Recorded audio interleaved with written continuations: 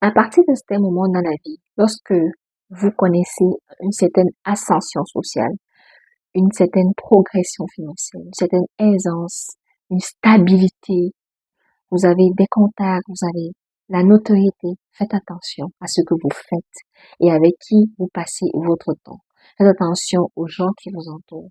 Faites attention à vos paroles, faites attention à vos pensées, faites attention à ce que vous écoutez, faites attention à vos agissements. Nous sommes certes des êtres imparfaits, mais on ne peut pas s'exposer, surtout lorsque vous êtes personnalité publique ou que beaucoup de gens comptent sur vous.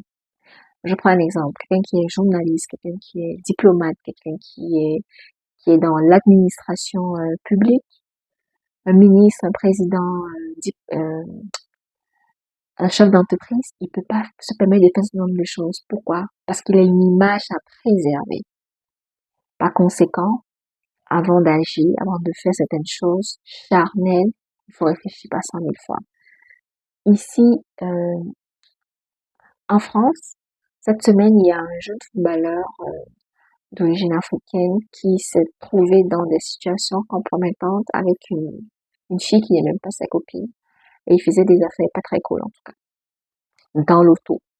Et quelqu'un malheureusement les a filmés et ils ont mis ça sur la toile. Et la personne, la notoriété de la personnalité publique a pris un coup. Parce que les, les journalistes, puis son milieu de travail est affecté en fait. Je pense qu'il va perdre sa carrière à cause des jeux érotiques qu'il aurait pu gérer différemment, mais il a laissé sa chair, ses émotions, ses impulsions prendre le dessus.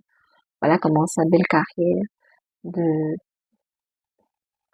de boxe a pris un coup.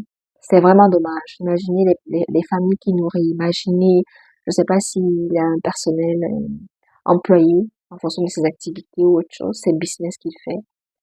Il nourrissait beaucoup de gens, même pour des questions d'aventure sans lendemain, ils se retrouvent par terre. Il y en a beaucoup comme ça. Très souvent, c'est des hommes, il y a aussi le cas des femmes, mais très souvent, c'est des hommes parce que c'est des êtres faibles et chers. Dans la chair, pardon, excusez. Pas tous, hein, il y a toujours des exceptions, mais même pour ceux qui sont croyants dans la Bible, Delilah, qui s'est passé avec Samson, il lui a demandé c'est où ta puissance, il a dit c'est ses cheveux. Après avoir passé des nuits d'intimité ensemble, il a coupé ses cheveux, il s'est fait tuer, je pense qu'il s'est fait percer les yeux, quelque chose comme ça. Faites attention, la femme c'est bien, mais la femme peut aussi être contribuer à votre chute. Si t'aimais la